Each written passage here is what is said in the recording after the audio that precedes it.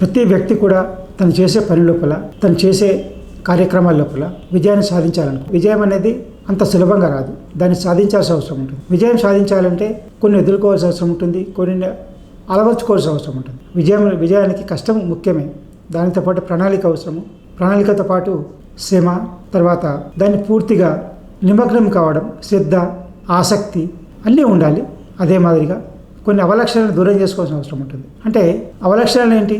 మనం ఒక విజయాన్ని సాధించడానికి మన దగ్గర ఉండాల్సిన లక్షణాలు మనం చూసాం. శ్రమ, శ్రద్ధ, ఆసక్తి, క్రమశిక్షణ, ప్రణాళిక, లక్ష్యం, ఇవన్నీ ఉండాలి. కానీ ఉండకూడని లక్షణాలు ఏంటి అనేది చూద్దాం. బద్ధకం అంటే లేజినెస్. బద్ధకం అనేది అస్సలు ఉండకూడదు. మనం ఎప్పుడైతే ప్రణాళిక వేసుకున్నా ఆ ప్రణాళిక ప్రకారమే మన కార్యాచరణ ఉండాలి. కార్యాచరణ ఉండాలంటే ఆ బద్ధకాన్ని దూరం చేయాల్సిన అవసరం ఉంటుంది. అంటే మనం రేపు చేద్దాంలే, తర్వాత చేసుకుందాంలే, తర్వాత చూసుకుందాంలే అనేది కాకుండా సమయం కంటే ముందుగానే పూర్తి చేసే విధంగా ప్రణాళికబద్ధంగా కార్యాచరణ పూర్తి చేసే విధంగా మనము ఉత్సాహంగా పనిచేయాల్సిన అవసరం ఉంటుంది.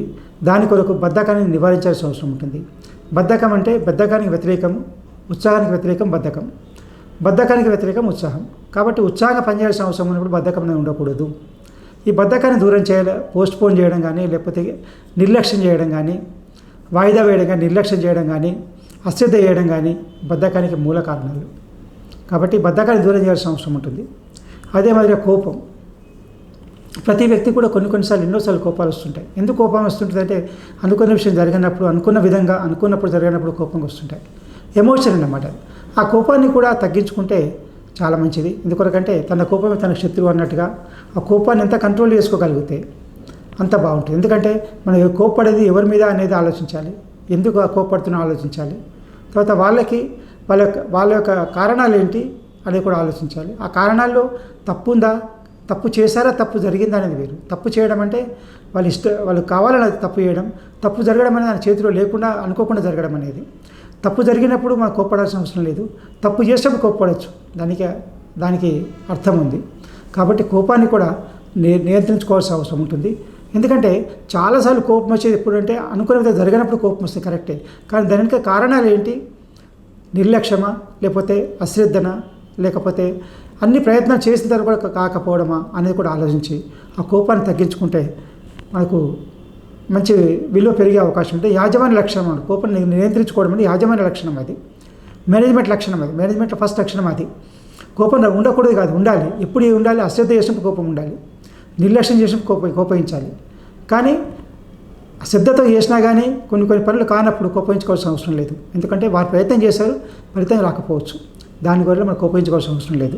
ఇంకోటి ఏంటంటే గురువుని గుర్తించడం. గురువుని గుర్తించి గురువు యొక్క ఆలోచనని త్రికరణ శుద్ధిగా ఆచరించిన వాడు నిజమైన విద్యార్థి అవుతాడు. నిజమైన గురువుకి ఇచ్చిన గురుదక్షిణ అన్నాడు. అలాంటి గురువుని కానీ అశ్రద్ధ చేసినా, అవమానించినా, అవహేళన చేసినా అది విజయానికి లక్షణం కాదు, విజయ లక్షణం కాదు. కాబట్టి ఎట్టి పరిస్థితుల్లో కూడా గురువుని అవమానించడం అనేది, అవహేళన చేయడం అనేది మంచి పద్ధతి కాదు. దానివల్ల నష్టం ఏంటి? పుస్తకాల్లో ఉంటుంది, అన్నిట్లో ఉంటుంది, మనకు సమాచారం ఉంటుంది. కానీ సమాచారం మనకు అనుకున్న విధంగా, అవసరమైన విధంగా అన్వయించి చెప్పేవాళ్ళే గురువు. అలాంటి గురువుని మనం గౌరవించాలి, గుర్తించాలి. తర్వాత అవహేళన, అవమానం చేయకూడదు. నెక్స్ట్ అన్నిటికంటే ముఖ్యమైనది సమయం, టైం. పోయిన సమయం ఎప్పటికీ తిరిగి రాదు. కాబట్టి సమయాన్ని అంటే మనం మేనేజ్మెంట్లో లక్షణం ఏంటంటే టైం, టాలెంట్, ట్రెజర్, టీమ్. అంటే ఈ నాలుగుటిని, సమయాన్ని, తెలివితేటల్ని, వనరుల్ని, తర్వాత సహచరుల్ని, వీళ్ళందరినీ కూడా ఒక టీం లాగా ఒక సమిష్టి శక్తిగా విజయం సాధించుకునే అవకాశం ఉంటుంది. కాబట్టి సమయాన్ని ఎట్టి పరిస్థితుల్లో కూడా వృధా చేయకూడదు. అన్నిటికంటే విలువైంది సమయం. పోయిన సమయం ఎప్పటికీ తిరిగి రాదు. కాబట్టి సమయాన్ని వృధా చేయకుండా అవసరమైన విధంగా, అనుకూలంగా, అన్ని విధాలు ఉపయోగపడేగా సమయాన్ని వాడుకొని సమయ ప్రకారము ప్రణాళిక రచిస్తూ కార్యాచరణ చేసినప్పుడు విజయాన్ని సాధించే అవకాశం ఉంటుంది. కాబట్టి సమయాన్ని వృధా చేయకపోవడం అనేది ఇంకొక అతి ముఖ్యమైన లక్ష్యం విజయాన్ని సాధించడానికి. తర్వాత ఇంకోటి ఏంటంటే ఆ ఆశ ఉంటుంది ఆకాశంలో, కానీ ఆచరణ మాత్రం పాతాళంలో ఉంటుంది. అప్పుడు అవకాశం వచ్చినా అందుకోలేని పరిస్థితి ఉంటుంది. కాబట్టి అతి నిద్ర అంటే మనకు కొన్నిసార్లు ఇప్పుడు చాలామంది కళలు కానివ్వండి, కళని సాకారం చేసుకుని ఉంటారు. కళలు కానివ్వండి, కళలు కూడా నిద్రపోవడం కాదు, కళలు కానివ్వండి పడుకుంటే నిద్ర రావడం అని కాదు.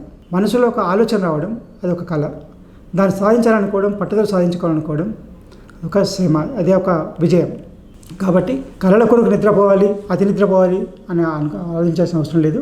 అంటే ఎప్పుడైతే ప్రణాళిక మనసులో వస్తుందో అప్పుడు ఈ నిద్ర కూడా రాకపోవచ్చు. నిద్రలో కూడా ఆలోచనలు ప్రణాళిక సంబంధించి ఉండొచ్చు, ఆ విజయాన్ని సాధించాలని పట్టే శ్రమకు సంబంధించి ఉండొచ్చు, ప్రణాళిక సంబంధించి ఉండొచ్చు.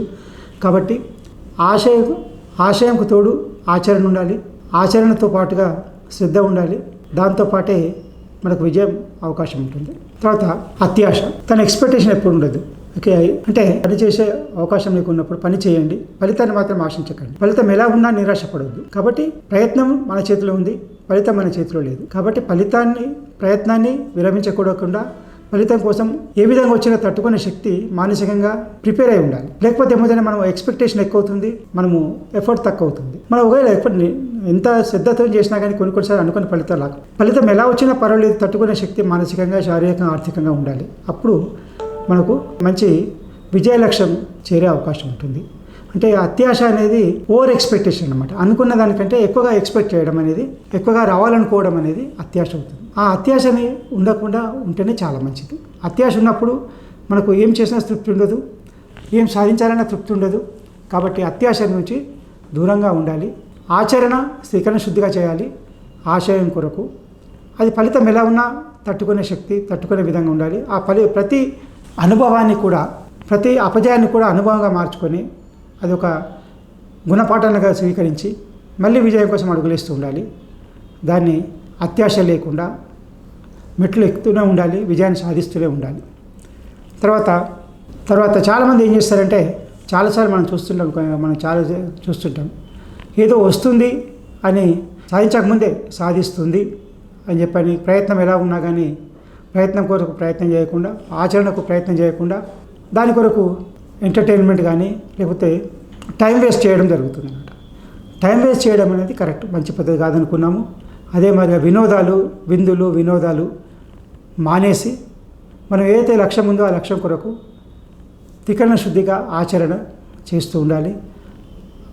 ఆశయం చేరేంత వరకు కూడా ఆచరణ జరుగుతూనే ఉండాలి. మన యొక్క ఆశ అనేది ఉండొచ్చు, కానీ దాంట్లో ఫలితం వచ్చేంత వరకు మనకు ఫలితం వచ్చే వరకు మనకు తెలియదు. కాబట్టి ఫలితం వచ్చిన తర్వాత మనం ఏ విధమైన ఎంజాయ్మెంట్ కానీ లేకపోతే ఒక విజయోత్సవం జరుపుకోవచ్చు.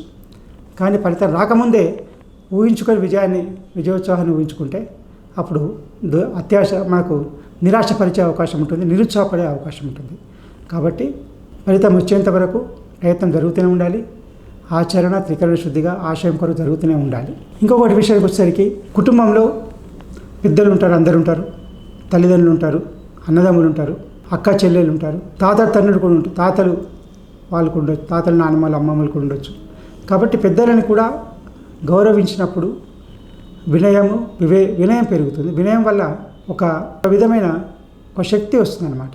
అంటే వాళ్ళ యొక్క అనుభవాలు, వాళ్ళతో చేసే విచారణలు కానీ విశ్లేషణలు కానీ వాళ్ళ యొక్క అనుభవాలు మన గుణపాఠాలై మనకు ఒక మంచి మార్గాన్ని చూపించే అవకాశం ఉంటుంది. కాబట్టి చిన్నప్పుడైన వాళ్ళు పెద్దల మూట సద్ది మూట అని చెప్పాను. కాబట్టి పెద్దల మాటని మీరు వినండి, ఆచరించాలి లేకపోతే లేదు. కానీ వినడం మాత్రం ఏంటంటే కొన్ని వాళ్ళ యొక్క అనుభవాలు మనకు ఉపయోగపడవచ్చు. దాన్ని త్రికరణ ఆచరించాలని లేదు, కానీ వాళ్ళ యొక్క అనుభవాన్ని మనం తీసుకుంటే ఎప్పుడైనా ఉపయోగపడవచ్చు. లేకపోతే మనం దాన్ని వాడుకోవడం మన ఇష్టం. కానీ దాన్ని వాళ్ళ యొక్క అనుభవాన్ని గౌరవిస్తూ వాళ్ళు చెప్పిన విషయాలను కూడా స్వీకరిస్తూ అవసరమైన చోట మనం చేసే ప్రయత్నానికి ఉపయోగిస్తూ మనం విజయం కోసం ప్రయత్నం చేయొచ్చు. కాబట్టి పెద్దలను ఎప్పుడు కూడా వినయంగా ఉండటం అనేది లొంగిపోవడం కాదు. కాబట్టి వినయంగా ఉండటం అనేది వాళ్ళకిచ్చే గౌరవం, వాళ్ళ అనుభవానికి, వాళ్ళ యొక్క వయసుకి, వాళ్ళ యొక్క పెద్దరికానికి గౌరవించడం. కాబట్టి పెద్దలను గౌరవించడం అనేది, వినయంగా ఉండటం అనేది ఓడిపోయినట్టు కాదు, దిగువన కాదు, లేకపోతే లొంగిపోయినట్టుగా కాదు. అని గౌరవించడం